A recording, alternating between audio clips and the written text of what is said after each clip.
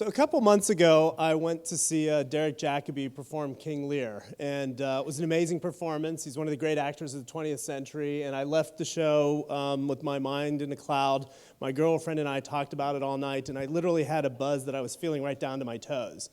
The next morning, I woke up, and I found out I still had that buzz, and the whole day I still was feeling right down to my toes this amazing sense of just well-being and aliveness, and I realized I don't have that feeling that often. Which is sad because I have a career in the internet and I should be leading a rich digital life with my Kindle and my iPad and Google Reader bringing me all this amazing information. But when I think about it, most of this stuff feels like a sugar high compared to what I was experiencing with King Lear. Now, before any of you think that I'm going to go off on an anti-technology rant, I want to be very clear. I'm about as geeky as they come. I have a level 82 mage in World of Warcraft. That's very good. And only someone who's a geek would allow himself to be photographed in black shoes and socks and jump on an Segway and smile about it. So I went and I talked to my friends trying to figure out how do I get this buzz in my life. And they're all digerati, they're all digital creatives. And to a person, they gave the answer that this guy says to Neo at the beginning of The Matrix. And they just said, you got to unplug. And then I was starting to look at the books that are out there about our digital lives. And they're pretty much all saying the same thing. You got to unplug. And in fact, Hamlet's BlackBerry has a picture, unplug, and that's how you get the smiley face.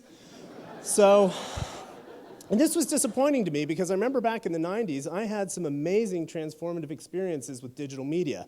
This is a screenshot from Beethoven's Ninth, the CD-ROM, that literally sent me on a 2-decade exploration of music, romantic art, and literature.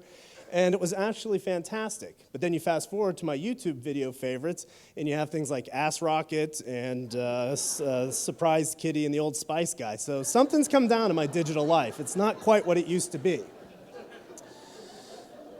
So Emerson has this great line that this time, like all times, is a very good one if we but know what to do with it. And I like it. It's a little bit stern because it's sort of like, you don't unplug. That's the wimpy response to this. That's running away from what you're doing. Embrace the digital life and figure out how to make it work for you more. So I go back to King Lear, and it turns out there's this thing that I'm calling the Shakespeare effect. Reading Shakespeare actually excites the brain in the way few other things do because of the richness of the words and the complexity of it, and it's a whole brain, whole body experience. St. Carl Sagan also has a piece of advice where he mentions the idea of scientific ideas that are fun to think about while you're walking in the woods on a winter morning. And I love the idea that you could have something in your brain that is portable but is rich enough for you to think about week after week. And then I have a pretentious reference here from Montaigne. And he reminds us that you should meditate on any satisfaction in your life. Don't just skim over it, but plumb its depths and see what works. So I spent some time about my digital life, and I have 3 habits that I'm going to try to adopt to sort of get that buzz back in my life. The first one is to stop building catalogs. Most of my web activity is accumulating a lot of delicious bookmarks and lots of cool things that I can share with people. So what I'm going to try and do now is build interior objects, try and find things that actually take mass, things that are worth pondering when I'm walking in the woods. Right now I'm calling them soul objects. These are things that they live inside of me. They're kind of fixed, but they actually have a little bit of crunch to them. They can surprise me. They can grow with me, like those contemplation stones that you see in Asian art museums. They actually shed light on things around you. I'm also going to change my web habits. Right now, my web habits are sort of like skipping a stone across the lake. I see lots of interesting things. I have little serendipities, but I never go deep. So instead of looking for the next thing, I'm going to try and look for more about the current cool thing. And this one really made me sad. There's some very smart people on this page in Google Reader, but I couldn't identify any of them, and I wouldn't recognize their writing if you put it in front of me because I'm not paying attention to their voice. These people are now, for me, I've turned them into purveyors of factoids, not minds that I engage with. And speaking of factoids, I'm not doing Wikipedia anymore, right? That's the lowest common denominator of information. That's committee-driven knowledge.